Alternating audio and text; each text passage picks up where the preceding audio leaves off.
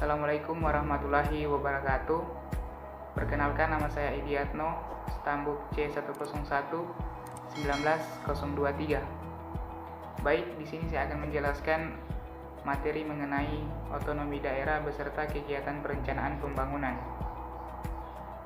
Pengertian otonomi daerah secara etimologi berasal dari bahasa Latin, yaitu autos yang berarti sendiri dan nomos yang berarti aturan, sehingga otonomi diartikan sebagai pengaturan sendiri.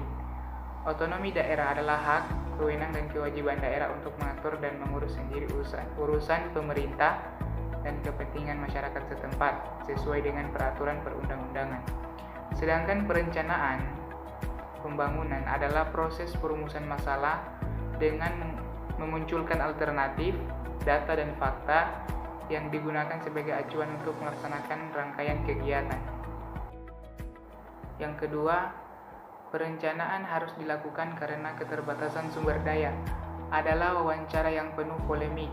Ya, karena tujuan dari perencanaan adalah memaksimalkan hasil di tengah keterbatasan. Di negara-negara berkembang telah mencapai tahap perkembangan tertentu. Aktivitas pembangunan harus terus dilaksanakan berdasarkan rencana otoritas sentral, dalam kurung pemerintah, peningkatan partisipasi masyarakat dalam proses perumusan kebijakan pembangunan. Itu dilakukan dengan suatu proses. Slide yang ketiga, implementasi hubungan pemerintah pusat dan daerah di dalam pelaksanaan otonomi daerah. Selama ini tidak efektif dan menyimpan banyak persoalan. Salah satu masalah yang sangat menonjol ialah terkait dengan koherensi dukungan politik pembangunan nasional yang belum terlaksana dalam satu draft atau rancangan.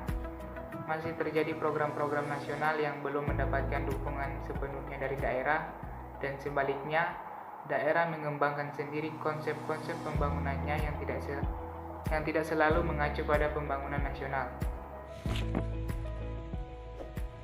Assalamualaikum warahmatullahi wabarakatuh.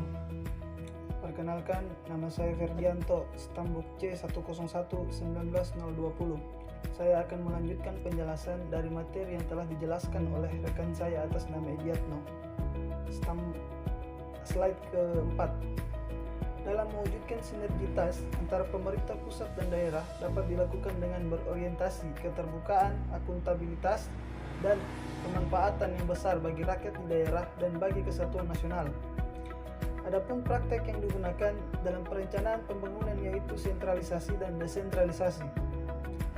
Perlu kita ketahui, sentralisasi adalah pemusatan pengelolaan atau pengaturan kewenangan dari pemerintah daerah ke pemerintah pusat untuk mengurus rumah tangganya sendiri berdasarkan aspirasi rakyatnya. Sedangkan desentralisasi adalah penyerahan kekuasaan pemerintah pusat kepada pemerintah daerah otonom berdasarkan asas otonom. Selanjutnya kita beralih ke slide ke-5. Berdasarkan Undang-Undang Nomor 32 Tahun 2004 tentang pemerintah daerah, pemberian otonomi diarahkan kepada beberapa hal, yaitu: yang pertama, pemberian otonomi daerah bertujuan untuk mengikut sertakan dan menyalurkan aspirasi masyarakat ke dalam program-program pembangunan.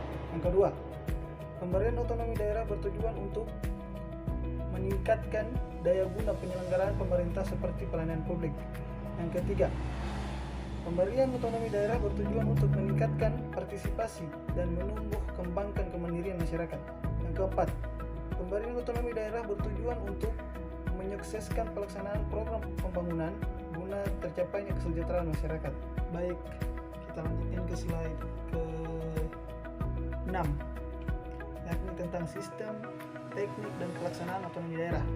Yang pertama, mengenai sistemnya, yaitu daerah mempunyai hak untuk mengatur daerahnya sendiri, tetapi dalam pelaksanaannya masih bisa diawasi dan dikontrol oleh pemerintah pusat, serta harus sesuai dengan undang-undang.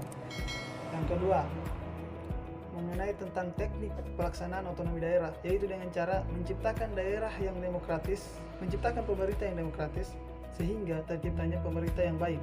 Yang ketiga, mengenai tentang pelaksanaan otonomi daerah harus berdasarkan implementasi tuntutan globalisasi yang harus diberdayakan dengan cara memberikan daerah wewenang lebih luas, lebih nyata, dan bertanggung jawab.